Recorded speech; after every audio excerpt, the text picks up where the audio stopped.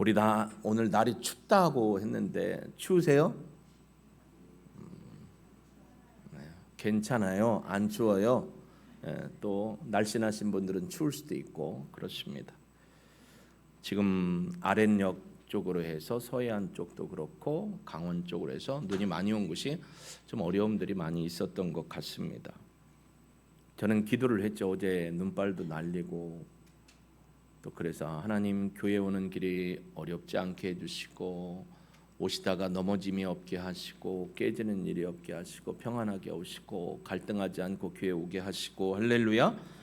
그래서 여러분이 오신 거예요. 하나님의 은혜로 여기에 오신 겁니다. 너무너무 감사하고 또 축복합니다.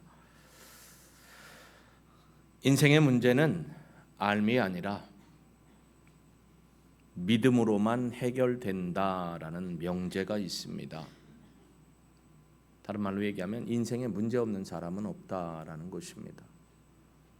또 문제도 지난주에 우리가 함께 말씀을 나눴지만 인생의 많은 문제와 어려움 앞에서 우리가 올라가야 할 산을 반드시 올라가서 그곳에서 하나님을 만나고 거기서 사명 가운데서 넘어야 할 산을, 인생의 산, 문제, 어려움들을 내가 누구와 함께?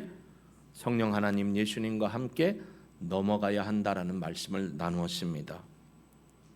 인생의 문제는 알미 아니다. 누구든지 아는 것만 해요. 정보가 요즘에 중요하고 AI 탭으로 보면 AI가 너무나 잘 알려줘요. 그 알미 문제를 해결해 주는 게 아니고 하나님을 믿는 믿음이 문제의 해결에 가장 중요한 골든 키다라는 것을 우리에게 알려주는 말씀이 바로 인생의 문제는 알미 아니라 믿음으로 해결된다라는 명제가 깨우쳐 주고 있습니다. 여러분 혹시 동의하시는지 모르겠습니다. 아니면 믿으시는지 모르겠습니다. 다른 말로 하면 지금까지 내가 믿고 살아왔던 가치관과 경험과 체험의 옷을 이렇게 벗어버리고 믿음의 옷을 입는 것에서부터 문제가 해결된다라는 것이죠. 바로 오늘 본문이 그러한 믿음을 우리에게 요구하고 순종하도록 이끌고 있습니다. 여러분 새로운 변화가 시작이 되어야 합니다. 왜 코칭의 목표를 하면서 제가 지난주에도 말씀을 드렸죠.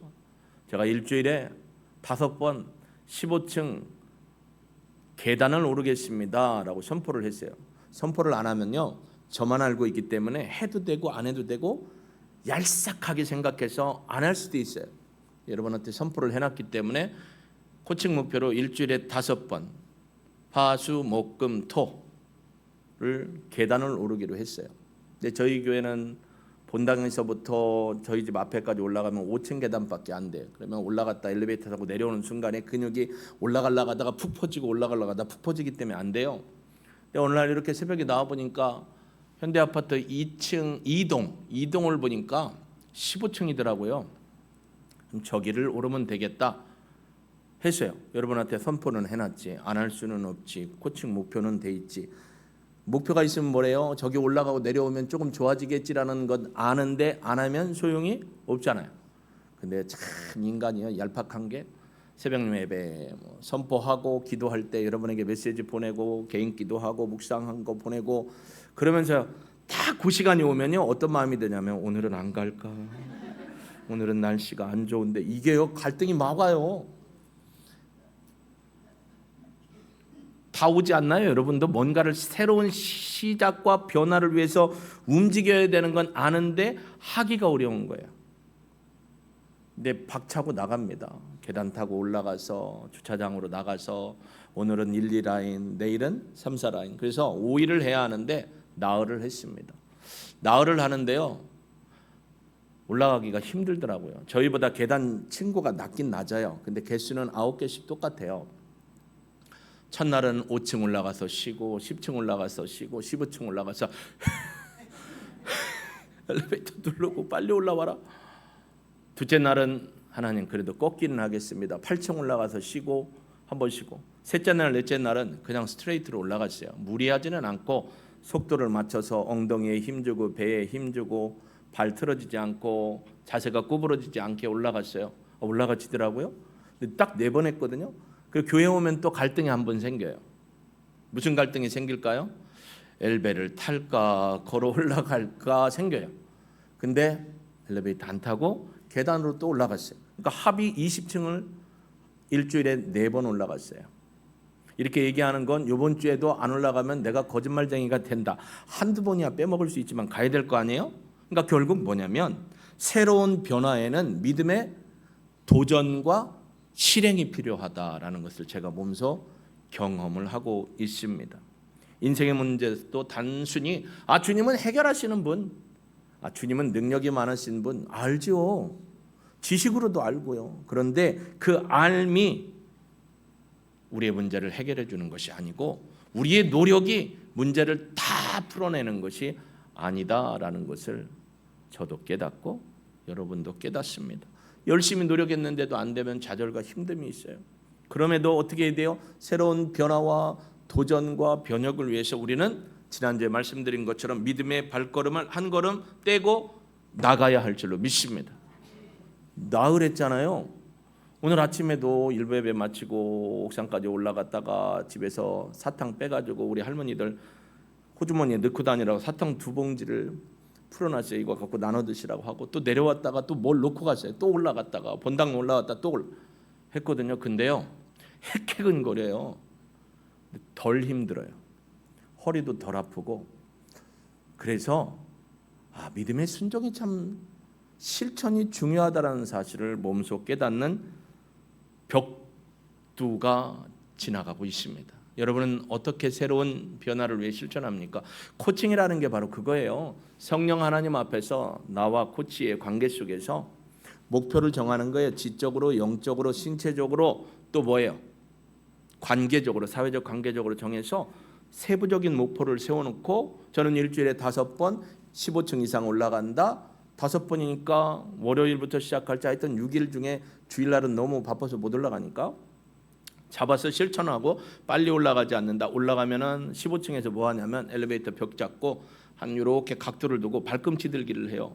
올라갈 때는 빠르게, 내려올 때는 천천히. 우리 아들이 그러더라고요. 올라갈 때는 빨리 가고 내려올 때는 천천히 와야 돼. 그리고 30개씩 세트를 몇 개 해야 된다고. 30개도 하기도 힘들더라야. 근데 그렇게 해요. 그래서 구체적인 세부 목표 실행 전략을 짜고 실천하고 있습니다. 영적인 부분도 그렇고 마찬가지. 그러다 보면 변화와 변혁이 나도 모르게 조금씩 내성과 힘으로 생기게 되는 줄로 믿습니다.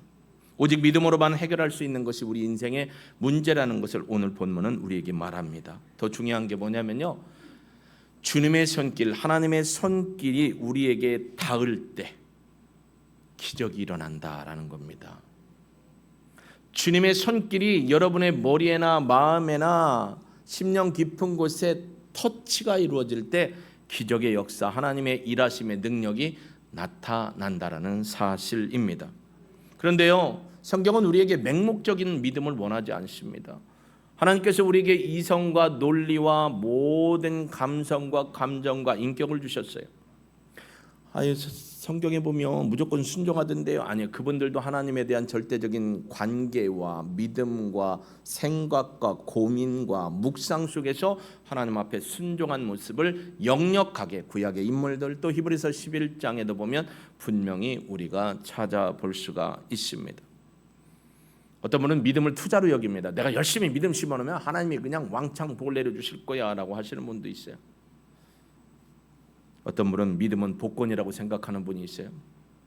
여러분 믿음으로 뭔가를 싸놓고 인슈어런스 보험 받으려고 막 하는 것, 복권 한 방 터지면 인생 대박, 믿음 대박 아니요. 여러분 남편과 아내의 관계가 무슨 관계냐면 로또의 관계래잖아요. 맞는 게 하나도 없다라는 거예요.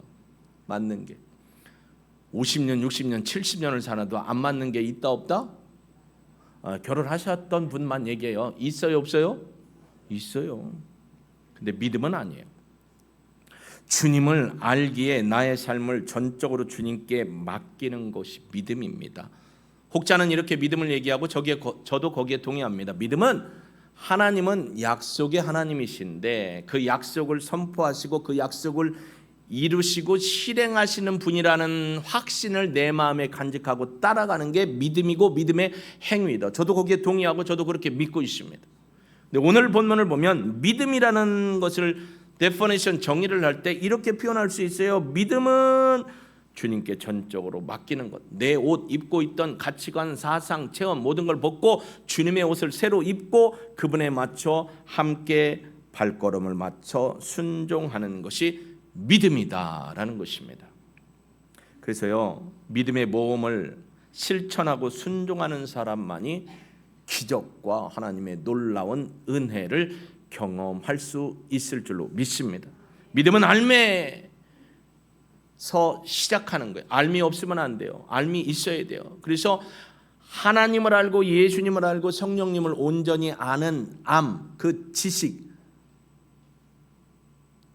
기노스코, 오이다, 히브리어로 야다, 하나님을 아는 믿음의 지식 위에서부터 시작하는 거지, 그게 없으면 안 되는 거예요. 믿음은 하나님을 아는 단계에서부터 시작하지만 아는 것만이 아니라 그 아는 믿음을 하나님 앞에 온전히 믿음의 발걸음을 띄고 나갈 때 우리에게 진짜 믿음으로 체험되고 기적과 역사가 일어난다라는 것입니다.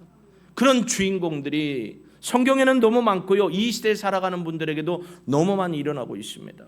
제가 이렇게 살펴보면요, 교단 목사님들, 다른 교단 목사님들 만나고 그러면 다른 교회 예배 드리는 것도 이렇게 보게 되면 순복음이 강해요.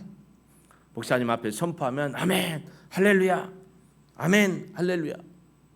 우리 침례교단은 참 세상의 빛으로 오신 예수님의 빛이 있음에도 불구하고 이렇게 다른 동네에서 침을 흘릴 정도로 이렇게 막, 그런데 이 아멘과 할렐루야가 잘 안 나와요. 근데요, 거기는 보면 저 말씀이 내게 될 줄로 믿습니다 하고 믿음의 고백을 입술로 선포하는 거예요. 그래서 아멘 할렐루야에서 본인들이 주인공이 되는 겁니다. 여러분, 믿음은 지식에서부터 시작한다고 했어요. 베드로후서 3장 18절에 보면 같이 한번 화면을 보고 여러분 읽어보실까요? 베드로후서 3장 18절 말씀 읽습니다. 오직 우리 주 곧 구주 예수 그리스도의 은혜와 그를 아는 지식에서 자라가라. 영광이 이제와 영원한 날까지 그에게 있을지어다. 베드로는 명령합니다. 주 구주 예수 그리스도의 은혜와, 그분의 은혜와 또 그분의 그 아는 지식에서 자라가야 한다라는 거예요. 그러니까 믿음은 뭐냐면 자라가야 한다라는 거예요. 어떤 거에서부터? 아는 데서부터 자라가고 드러나야 한다라는 것을 선포하고 있습니다. 오늘 본문이 바로 그겁니다. 여러분, 에스겔서 37장은 환상의 예언입니다. 실제가 아니고 환상. 하나님께서 에스겔을 불러서 에스겔에게 환상을 보여주시죠. 그 환상을 통해서 내가 이 일을 이룰 것이다 라고 선포하고 그대로 이루신 하나님을 보여주시는 내용의 에스겔서 37장입니다. 주님의 기적이요, 마른 뼈처럼 전혀 불가능하고 전혀 소망 없고 전혀 가능함이 없는 전혀 절박하고 낙심한 상황 가운데서 일어난다라는 것을 깨닫게 해주시는 거예요. 다른 말로 표현하면요, 최선의 놀라운 역사는, 사건은 최고로 최악의 상황, 최고로 안 좋은 상황에서 일어난다라는 거예요. 여러분이 지금 겪고 있는 아픔과 어려움과 관계절단과 육신의 고통과 심령의 연약함과 사방이 둘러싸고 어떤 분은 참소를 당하고 어떤 분들은 계속 험담을 하고 나를 끌어내리고 도전하고 훈련하는데도 안 되는 상황이 있을 바로 그때의 믿음의 역사와 기적을 체험할 수 있는 은혜의 시간이라는 것입니다. 그러니까 여러분이 지금 최고로 뭐가 안 좋다 싶으면 뭐 한다고요? 하나님에 대한 온전한 믿음으로 믿음의 순종을 통해서 기적의 주인공이 될 수 있는 때가 되었다라는 것이에요. 여러분이 그분이 되기를 주의 이름으로 축복합니다. 제가 성부 영신 예배 지난주에도 말씀드리고 고백했지만 목사가 자기 부끄러운 얘기하기 쉽지 않아요. 좋은 얘기만 하고 싶지. 안 그래요? 근데 저는 바닥치고 업이라고 했어요. 바닥치고 코. 바닥을 쳤어요. 영적으로, 육적으로, 심적으로, 관계적으로, 체력적으로 뭐 다 그랬어요. 보이기에는 아닌 것 같죠. 근데 바닥을 쳤어요. 근데 하나님이 바닥을 치면서 너에게 믿음이 있냐라는 걸 보여주면서 믿음에 대한 말씀을 올해 사무처리회 때도 보고하겠지만 목회 방향, 믿음의 기둥이 되어야 한다는 거예요. 근데 제가 하나님 앞에 믿음의 기둥이 되고 우리 동일교회 모든 가족이 믿음의 야긴과 보아스 같은 기둥이 되어서 교회 공동체를 새롭게 세워가는 거룩한 믿음의 해, 회복의 해가 되어야 한다는 말씀을 주셨고, 이 말씀 가운데 제가 묵상을 하고 믿음을 원하시는 하나님 앞에 서가고 있습니다. 여러분이 그런 귀한 동역자가 되시기를 예수님의 이름으로 축복합니다. 1절에 보니까 여호와께서 권능으로 내게 임하시고, 내게라는 건 나라는 건 에스겔입니다. 여호와께서 권능이라는 게 뭐냐면 하나님의 손, 야드라는 거예요. 히브리어로는 야드로 써 있어요.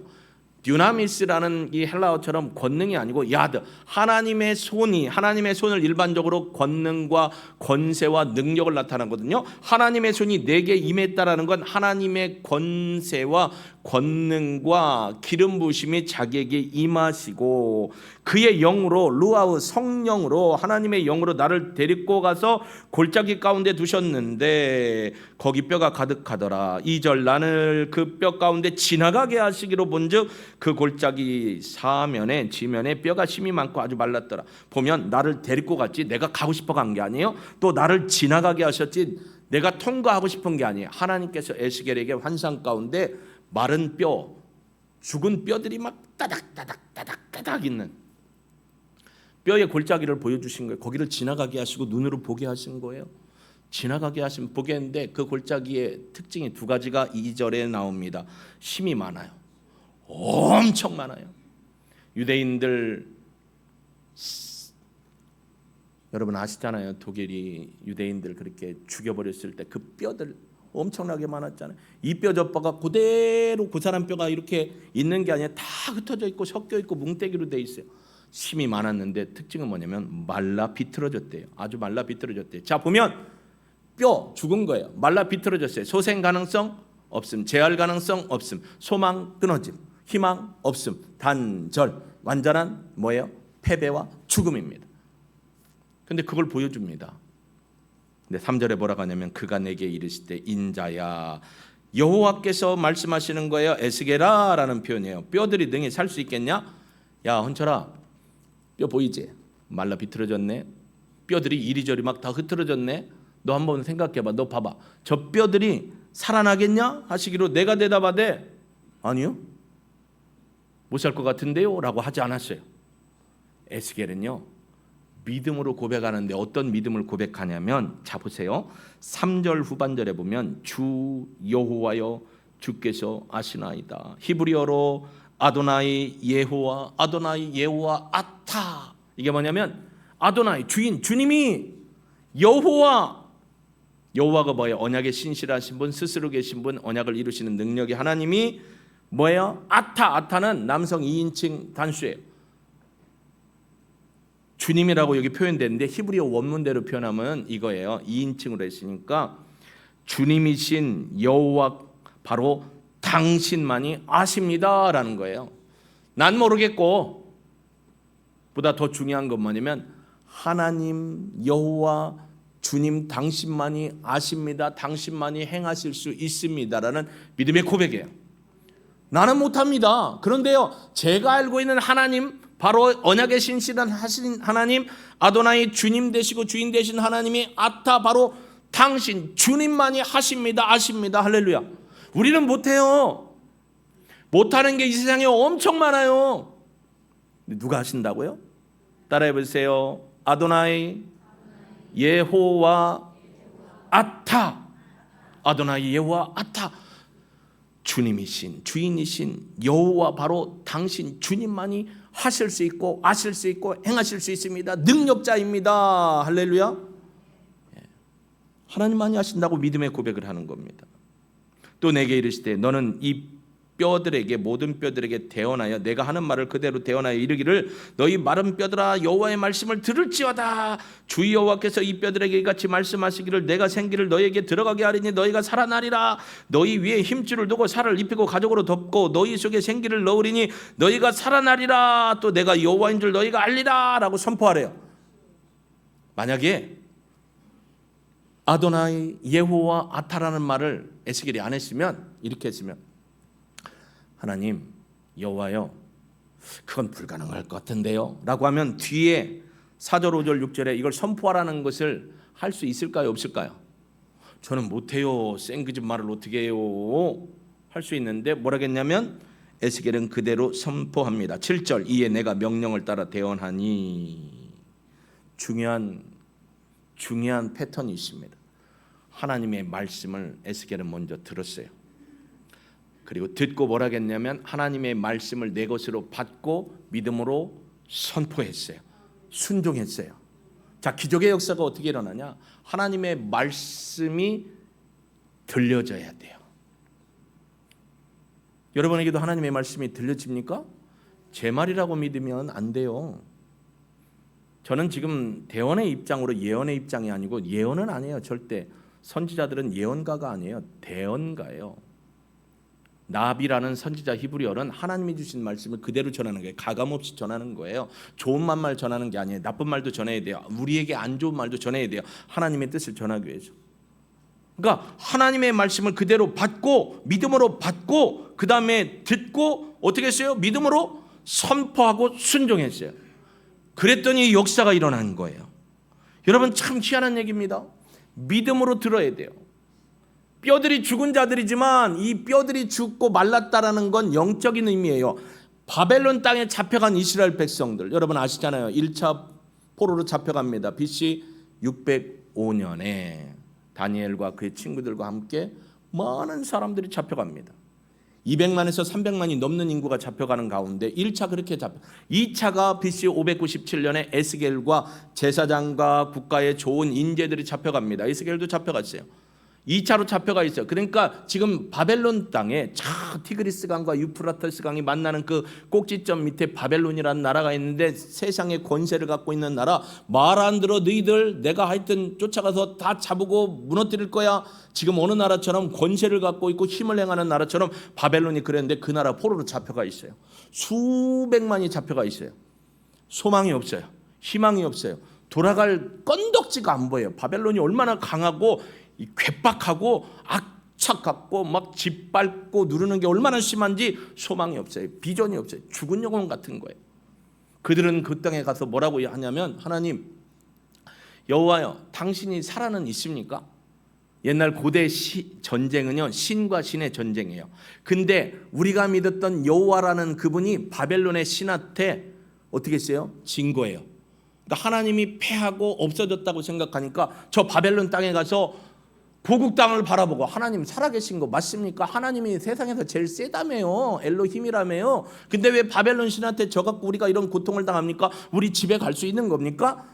우리 본국으로 돌아갈 수 있는 겁니까? 우리 여기서 어떻게 살아가야 합니까? 지금 죽은 영혼처럼 영혼이 좌절하고 소망 없고 희망 없고 다 처절하고 실패한 상황에 있는 그들에게 하나님이 에스겔을 통해서 그 땅에 같이 잡혀있는 제사장 에스겔에게 환상을 보여주면서 11절부터 뭐라고 해요? 물론 저 7절 이하로도 똑같은 얘기인데 11절 그럽니다. 내가 내게 이르시되 인자야 이 뼈들은 이스라엘 온 족속이라 그들이 이르기를. 자 같이 읽습니다. 그들이 이르기를. 다음부터 우리들의 뼈들이 시작. 우리들의 뼈들이 말랐고 우리의 소망이 없어졌으니 우리는 다 멸절되었다 하느니라. 그 땅에 잡혀간 백성이 뭐라고 하냐면 우리는 소망 없고 뼈처럼 말라 비틀어졌고 다 멸절되었고 우리에게 희망은 없어. 좌절, 희망 없음, 끝남, 소망 없음, 죽음이라고 본인들이 얘기하는데 12절 그러므로 너는 대안하여 그들에게 이르기를 주 여호와께서 이같이 말씀하시기를 내 백성들아. 내 백성이라는 건 하나님의 헬라어로 라우스라는 건 나의 암이라는 거예요. 나의 백성이라는 거예요. 말씀하시기를 내 백성들아 내가 너희 무덤을 열고 너희로 거기에서 나오게 하고 이스라엘 땅으로 들어가. 무덤을 연다라는 건 지금 이스라엘 백성의 형편이 무덤 속에 갇혀서 뼈만 살떼기 다 녹아버리고 뼈만 있는 상황이지만 무덤을 열고 너희를 다시 본국으로 돌아오게 하리라. 할렐루야. 선포하신 거예요. 그러니까 사실은 이게 뭐냐면 살아 있잖아요. 근데 무덤 속에 있는 모습으로 상징했다는 건 영혼이 다 죽은 거예요. 영혼이 핍절한 거예요. 하나님 믿지 않아요. 하나님 바라보지 않아요. 하나님에 대한 소망도 잃어버린 그들에게 하나님의 에스겔을 통해서 여러분 생기야 들어가라 했더니 생기가 그들에게 들어갔어요. 뼈들이 어떻게 맞춰주는 줄 아세요? 자 7절 이하 볼게요. 이에 내가 명령을 따라 대언하니 대언할 때 소리가 나고 움직이는, 이 소리가 나고 움직이는 게 진동의 소리예요. 지진 날 때 막 움직이는 소리, 그런 큰 소리들이 여기저기서 두두두두두두두 일어나는 거예요. 그러면서 여기만 그대로 한 사람이 죽으면 있는 뼈가 아니잖아요. 뼈를 아이고 아버지 집어던지고 저기 하니까 다 흩어져 있잖아요. 그 뼈들이 서로 자기 뼈를 찾아 움직이는 거예요. 이렇게 두두두.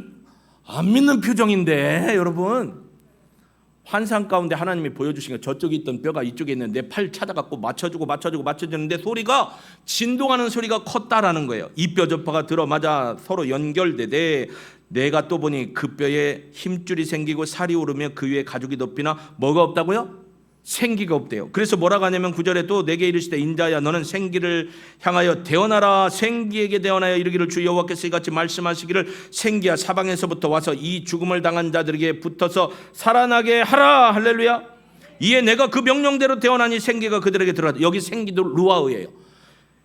1절에 있는 여호와께서 내게 임하심으로 그의 영도 루아흐예요. 근데 하나님과 관련된 루아흐는 하나님의 성령을 얘기하고 밑에 있는 생기는 호흡 생명이에요. 뼈들은 붙었어요. 뼈들이 붙다니 거기에 막 이렇게, 여러분 요즘에는 하도 AI 기술이 좋으니까 로봇 하나 만들어 놓고 막 딱 하면 여기에 살이 막 밑에서부터 살집이 쭉쭉쭉쭉 가지고 막 눈깔도 생기고 입술도 생기고 막 그렇게 로봇가 딱 되는 것처럼 생기가 막 살이 붙고 안 되다 생기가 딱 들어가니까 생명이 붙은 거예요. 마른 뼈들에게 생명이 붙었어요. 중요한 건 하나님이 말씀을 하셨고 말씀을 믿음으로 받고 믿음으로 선포하고 믿음으로 들었더니 이루어졌어요. 이루어졌다고요. 제가 거짓말을 한 게 아니라고요. 환상 가운데 너희들 이렇게 살릴 거. 그래서 어떻게 했어요? 70년이 지난 다음에 200만에서 300만이 잡혀갔습니다. 근데 돌아온 사람이 1차 포로기환 537년 8년 9년 때인데 537년으로 보시자고요. 49,897 49897명이 돌아왔어요. 2차 포로기환 458년에 몇 명이 돌아와요? 1772명 정도가 돌아와요. 3차 포로기환 444년 느헤미야 함께 올라오고 3차 포로기환이 언제 일어나냐? 그때 일어나서 500여 명이 들어와요. 그러면 다 합해야 5만 명이 넘어요. 5만 명에다가 그때는 가족이 많으니까 4명에서 5명, 그냥 5명으로 하자. 한 가장 밑에 5명을 굽혀버리자 이거예요. 한 가족이 한 5명, 6명. 그럼 몇만 명이 돼요? 20에서 25만 명이 되는 거예요. 잡혀간 인구의 10%만 돌아왔어요. 그럼 그 10%가 어떤 사람이에요? 믿음의 말씀을 듣고 믿음의 순종함으로 믿음의 발걸음을 뗀 사람들이 올라온 거예요. 살아난 거예요. 여기 계신 분들 중에 믿음이 내 안에 있어.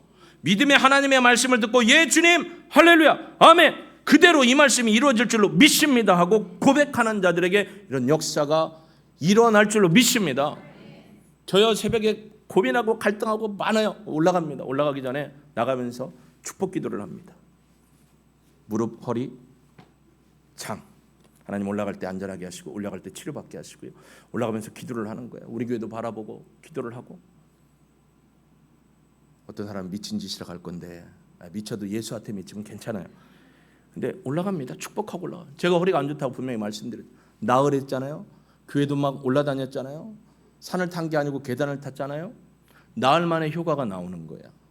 몸이 반듯해지고요. 배에 힘주고 다리에 힘주고 하면서 올라가니까 오늘도 핵핵은 했지만 그냥 불편함이 없어요. 다리가 땡길 정도로 이제 운동이 되는 과정인데 뼈들이 튼튼해져요. 나가기 전에 축복 기도를 하고 가요. 심장도. 저희 집안에 우리 아버지가 심혈관 개통이 있기 때문에 심혈관에 문제가 있어요. 그러나 심장에 손대고 올라가는 거예요. 하나님이 치료해 주시고 하나님이 만져주시고 열어주시고 뚫어주시고 세워주실 줄로 믿사오니 믿음대로 이루시옵소서. 하나님이 여러분에게 오늘 말씀하시는 거예요. 믿음대로 아멘으로 화답하여 순종할 때 믿음의 역사가 일어나는 줄로 믿습니다. 여호와의 말씀을 들으면 새롭게 됩니다. 근데 생기가 들어가야 돼요. 하나님의 호흡, 생명, 호흡, 영혼의 호흡이 들어갈 때 살아나는 역사가 일어나요. 성가대 쪽을 얘기해서 정말 죄송한데 바벨론이 여기에 있어요. 이스라엘이 여기라면 바벨론 여기 있다 보니까 늘 여러분이 되는데 여러분 늘 살아나기를 주 여러분 축복합니다. 거기에서 돌아오는 거예요. 영혼이 생기가 회복되고 영혼이 회복되고 소망을 갖고 믿음을 갖고 예 주님이 일어날 줄로 믿습니다. 아멘 할렐루야 고백할 때 하나님이 이루시는 겁니다. 문제가 왜 없어요? 부부관계에 왜 문제가 없고 부모와 자식관계에 왜 문제가 없어요? 교회 안에 왜 문제가 없어요? 여러분 교회 안은 지난번에도 얘기했지만 두 가지 위선자만 있어요. 저를 포함해서 교만한 위선자하고 겸손한 위선자. 다른 말로 하면 교만한 죄인하고 겸손한 죄인이 있는 거예요. 하나님 앞에 바리새인처럼 하나님, 나는요 일주일에 이렇게 살고 말씀도 많이 읽고 전도도 많이 하고요. 그래요. 세리는 하나님 어찌하면 좋습니까? 어찌하면 좋습니까? 이 양반도 위선자고 이 양반도 위선자고 이 양반도 죄인이고 이 양반도 죄인인데 하나님이 야 이놈의 싸가지가 바가지라 나간 녀석아 너 같은 건 필요 없어 안 내쳐요. 얘도 품으시고 얘도 품으시고. 그러니까 교회를 보면 세상 사람들이 교회가 왜 저짓거리고 싸우고 비례온상이야. 여러분 병원에 누가 가요? 아픈 사람이 지금 병원에도 입원해 있어요. 안 아프다고 생각하는 사람 병원 안 가요. 물론 돈 없어서 안 가는 분도 있지만 교회에 누가 와요? 스스로를 죄인이라고 고백한 사람이 오는 거예요. 그러니까 여러분이나 저나 다 고백하시자고요. 입을 꽉 닫고 있지 마시고 한번 같이 고백해봐요. 여러분이나 저나 다 죄인입니다. 위선자입니다. 그런데도 하나님이 그들을 품으시고 안으시고 고치시고 싸매주시고 성령의 능력으로 일으키시고 변화시켜 주시고 새롭게 하시는 줄로 믿습니다. 그걸 인정하지 못하면 그걸 믿지 못하면 세상 사람들하고 똑같이 교회를 욕해요. 근데 죄송하지만 그나마 다 그런 건 아니지만 교회 안에 와서 하나님 내가 죄인입니다 고백하는 겸손한 위선자가 하나님 앞에 기쁨이 되는 거예요. 생각해 보세요. 오늘 예화를 제가 묵상한 예화를 들은 분 읽은 분 아시겠지만 바비리치라는 분이 있었어요. 고개 사고 모험 가고 그래요. 바비리치라는 사람이 나이아가라 폭포를 큰 이 통을 타고 철통이에요. 배럴이라는 통인데 제가 인터넷 기사를 찾아보니까 동글동글 해갖고 구멍 뚫린 통에 들어가가지고 이 나이아가라 폭포를 횡단을 하다가 그 성공을 했어요. 아, 내가 더 어떻게 유명해지지 하다가 그 통을 갖고 나이아가라 폭포 위에서 아래로 떨어졌어요. 근데 철저히 준비를 했어요. 잠수부도 준비하고 어떤 상황을 준비하고 다 준비했어요. 횡단하는 것도 대단한데 나이아가라 폭포에서 떨어졌어요. 근데 떨어졌는데 살긴 살았는데 준비를 아무리 철저히 해도 6개월 이상 치료를 받는 과정으로. 그래서 세상에 유명해졌어요. 근데 또 뭐라고 하냐? 야, 모르는 사람이 너무 많은데 내가 더 유명해져야겠다 해서 뉴질랜드 막 세계를 돌아다니는 뉴질랜드를 갔어요. 뉴질랜드에서 막 준비를 하고 계획을 하고 하다가 길거리 가다가 오렌지 껍질을 물르고 밟았다가 뒤로 빵 넘어져가지고 합병증에 걸려서 6개월 만에 가셨어요. 근데 거기 뭐라고 돼 있냐면 우리는 큰 죄에 대해만 준비를 한다라는 거예요.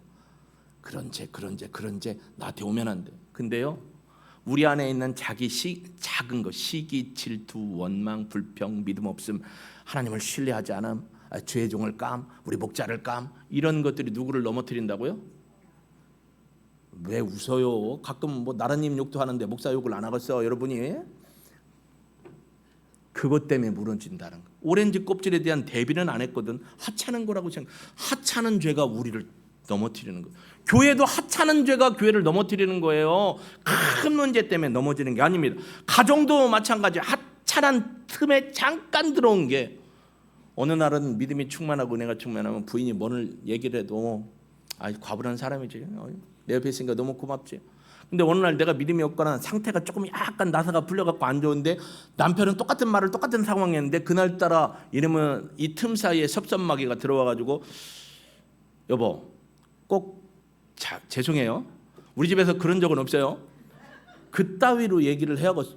듣는 뭐? 그따위? 내가 늘 하던 얘기인데 아니 왜 꼭 그따위로 얘기를 해야겠냐고. 여기서부터 이제 시비가 붙어요. 찍어! 이런 집도 많아요. 작은 틈. 근데 하나님의 말씀에 끼어 말씀을 듣고 귀로 듣고 믿음으로 고백하면 작은 틈을 막을 수가 있습니다. 여우가요 작은 틈 구멍 내가지고 두더지가 저희 시골에도 농사 지을 때 두더지가요 땅을 파잖아요. 구멍을 뽕뽕뽕뽕 내잖아요. 그러면 어느 순간인가 뚝이 무너져요. 그럼 아버지가 또 데리고 가서 마대 자르고 가져가고 산에서 이 소나무 한 거에 말뚝 받고 해가지고 하고 그래. 아버지 힘든데요. 해야 돼. 안 하면 이거 다 무너진다. 작은 게 다 무너지는 거예요. 작은 거에서부터. 여러분을 무너뜨리는 작은 죄 여우가 뭡니까? 믿음 없음이에요. 불신하는 거예요. 우리 가족 얘기해도 들어 처먹지도 않고 교회 가자기도 안 오고 내가 저 인간을 믿고 내가 포기해 하지 마시라고요. 나도 하나님이 포기 안 하고 여기까지 데리고 오셨는데 하나님이 그분들을 포기하고 있어요? 할렐루야. 그러니까 도전하는 거죠. 믿음의 도전. 최악의 상황에 지금 육체적 고통과 마음의 심령, 영혼의 가장 어려운 바닥에 있다면 지금이 하나님의 말씀이 여러분을 터치하셔서 일으키시고 회복시키시고 기적의 은혜를 베풀어 주신 때임을 믿습니다. 믿으시면 아멘 하시기를 주 여러분 축복합니다. 그대로 이루어지기를 소망한다면 할렐루야로 하나님 앞에 영광 돌리기를 소망합니다. 할렐루야. 하나님이 하시는 겁니다. 우리가 하는 게 아니에요. 믿음의 도전. 주님이 하십니다. 듣고 믿음으로 고백하고 순종하는 신앙으로 믿음의 모험을 떠나서 새롭게 변화되고 야긴과 보아스 같은 기둥으로 믿음의 기둥이 바로 여러분 영상을 통해서도 함께 예배드리는 여러분 우리 믿음의 동일 가족 모두가 되기를 예수님의 이름으로 축복합니다. 그러기 위해서 우리는 믿음의 눈으로 하나님을 바라봐야 하고 믿음의 눈으로 하나님이 보시는 그것을 바라보고 믿음으로 순종해 가야 합니다. 우리 이 찬양 드리고요. 예 하나님 우리가 믿음으로 하나님의 말씀 받고 알매 깊이를 더하고 믿음으로 순종하기 원합니다. 2026년 이번 일주일 한 해도 믿음의 말씀을 붙들고 하나님 앞에 순종하며 나아가길 원합니다. 하나님 일하시옵소서. 치료하실 줄로 믿습니다. 손대고 선포하는 것마다 이루실 줄로 믿습니다. 고백과 간구의 기도 올려드립니다.